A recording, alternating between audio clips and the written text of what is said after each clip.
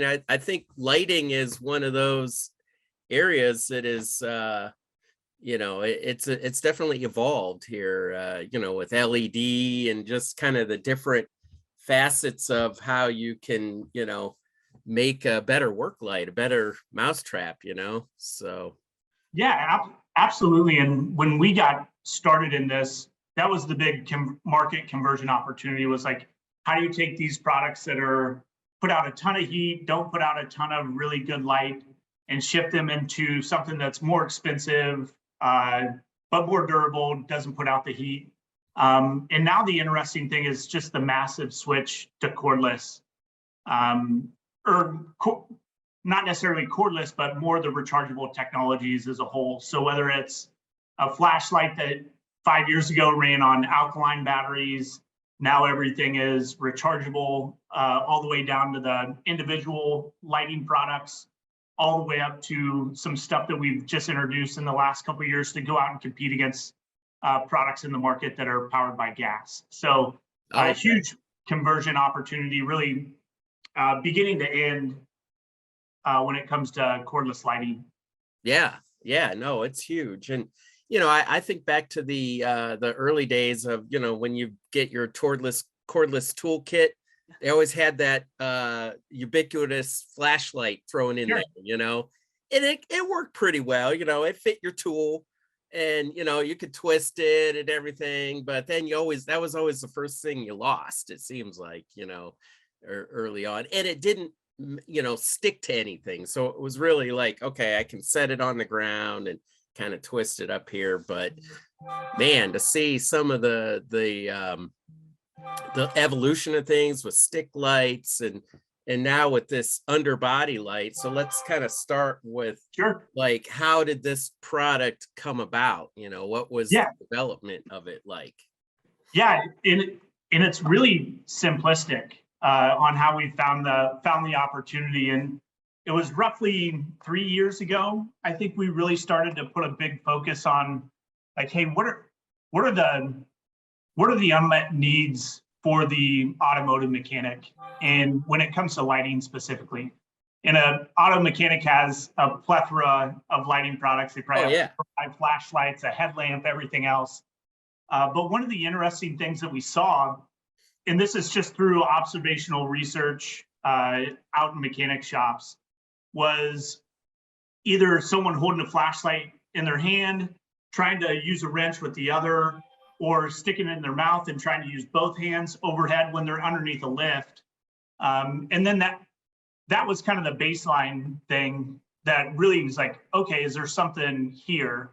And then we started to dig into it more and started to look at it not only as a lighting solution, but what goes on within that process as well. Like, they're back and forth to the toolbox, walking over to set a socket up on the arm of the lift. And we're like, okay, if you think about what's important to an automotive mechanic, how fast they can get that job out and get another one in, the more money they're going to make. So we looked at a couple different things to try to drive some efficiency, just in trying to eliminate the back and forth to the toolbox, or having that mechanic have to go out from underneath the car, set something somewhere else. So we ultimately took that magnetic tray that commonly just sticks to the side of the lift. We'll put this on it. And then also looking at back to the core aspects of the light, like just getting access to metal in the right spot. Like, you can't always just put it exactly where you need it all the time. So we knew we had to have more extension, more adjustability within the light. And that's where the mobile arm came through, and all the pivot points to make sure it can adequately reach. And worst come to worst, you just have to take it from one side of the vehicle, attach it from the other side to get to where you need. Right. Well, and I think what's really cool about it is the fact that it's got that arm. It's sort of that articulating thing that can be out of the way, and yet sturdy enough that you're not bumping it. Like some of those little magnetic lights, people, they're always in the way. You got to put them right where you need them. And then that's like right where you are trying to see, Yeah, exactly. And auto mechanic needs a third hand 90% of the things. So So how do we take that out of the mix and take the light out of that scenario? So it's been an amazing product. We knew it was good out of the gates, Yeah. but once we got into the market, it's just continued to take off. And it really shows the research that the team did, brought it to life in a solution. They hit the nail on the head, 100%. So they really took feedback from these shops and mechanics saying like what was bugging them about like the lighting stuff that they had, and like I said, everybody, we've all got like a bunch of little flashlights. You might even have a headgear, but they don't all fill the same needs, Right. And so it's like, yeah, you've got to have, I mean, that's one thing, lighting, you take it for granted, but you got to have it. And the better it is, the more, like you said, it just makes the job easier, Sure. Yeah.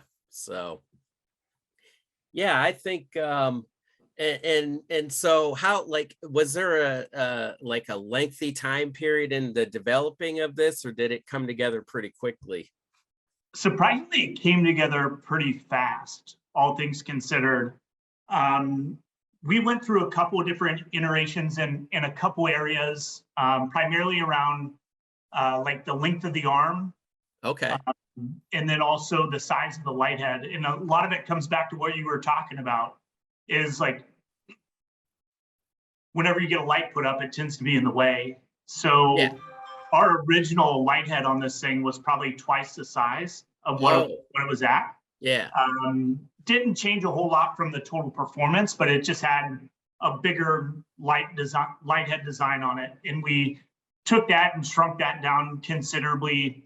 But we were balancing two different things throughout the development of this. Is like we had to have enough magnet strength in it to hold it in the areas that we needed it to.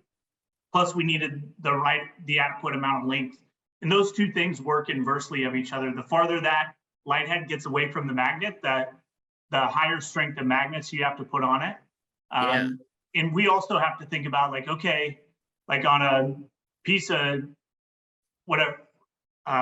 piece of car frame that's off of a brand new vehicle, super clean, really easy for magnetic strength. But when a vehicle's been in the market or been out on the road for 10 or 15 years, that thing's probably covered with rust, everything else. So you have to continue to, or rubber undercoating, right, sometimes or undercoating you're competing against. So like we had to oversize the magnets.